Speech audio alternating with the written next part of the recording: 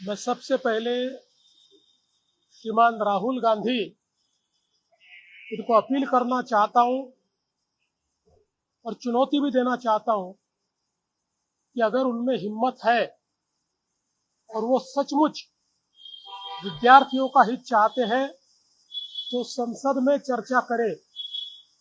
अगर लोकतंत्र मानते हैं, संविधान में विश्वास है, लोकतंत्र में संविधान में चर्चा की सबसे महत्वपूर्ण जगह और निर्णय की सबसे महत्वपूर्ण जगह ये संसद है।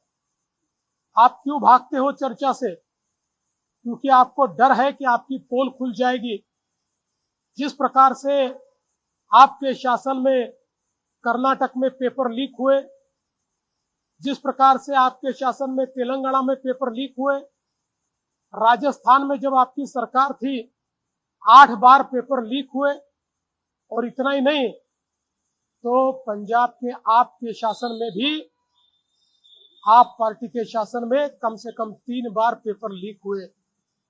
केवल हमारे जो विद्यार्थी है इनके कंधों पर बंदूक रखकर राजनीति करना बंद कीजिए। अगर आपके पास सवाल है तो जवाब मांगिए, अगर सुझाव है तो सुझाव दीजिए और उस पर अमल करने के लिए सरकार को मजबूर कीजिए। लेकिन आपको किसी भी छात्र से कोई लेन देन नहीं है, आपको कोरी राजनीति करनी है। इसलिए मैं वापस कहता हूं, ये भगोड़ापन छोड़िए और संसद में आकर चर्चा करने की हिम्मत दिखाइए। राहुल गांधी और विपक्षी नेताओं को ये चुनौती है कि आप संसद में आकर चर्चा करके दिखाइए। और विशेष रूप से जिस प्रकार से प्रधानमंत्री जी ने इस समूची घटना पर एक कड़ी कार्रवाई शुरू की है, फास्ट ट्रैक कोर्ट तैयार करके जिन्होंने पेपर लीक किया ऐसे लोगों को सजा दी जाएगी। नीट की री एग्जाम भी बिना किसी मसले के पूरी की गई है, जिससे आगे के एग्जाम का रास्ता भी खुला है। मुझे ऐसा लगता है प्रधानमंत्री जी पर विश्वास रखना चाहिए। जिस कांग्रेस की सरकार में, यूपीए की सरकार में शिक्षा का बजट मात्र 8,000 करोड़ रुपया होता था, आज 1,39,000 करोड़ रुपए पर यह शिक्षा का बजट पहुंचा है। देश में जो हमारे आइकॉनिक इंस्टीट्यूशंस है, आईआईटी हो, एम्स हो, अलग अलग प्रकार की इंस्टीट्यूशंस में अवसर खुले हैं, उसका विस्तार हुआ है। विद्यार्थियों के हित की बात ये मोदी जी की सरकार ने की है। इसलिए मैं वापस कहना चाहता हूं, हिम्मत हो तो संसद में आओ, चर्चा करो। सर, ठाकरे ब्रदर्स छात्रों के पीछे खड़े और कह रहे हैं कि इस आंदोलन को हम बड़ी ताकत से आगे बढ़ाएंगे। देखिए, वो केवल अपनी पार्टी का अस्तित्व ढूंढ रहे हैं।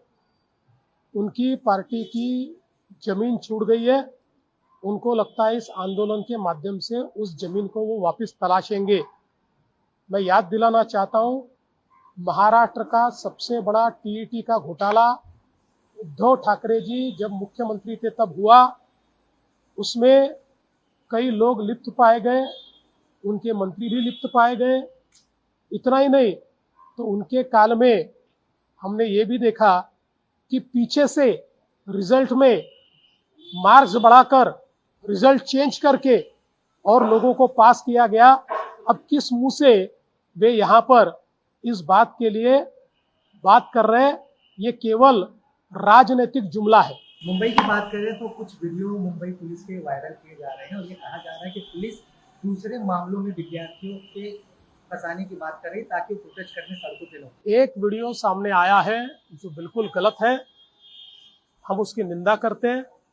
तुरंत उसके ऊपर कार्रवाई की गई है और पूरे मामले की सत्यता की जांच चल रही है। राजनेताओं के बाद अब कुछ सेलिब्रिटी सड़कों पे उतर रहे हैं छात्रों के कंधे पर पैर रखकर, जिससे हंगामा और बढ़ रहा है।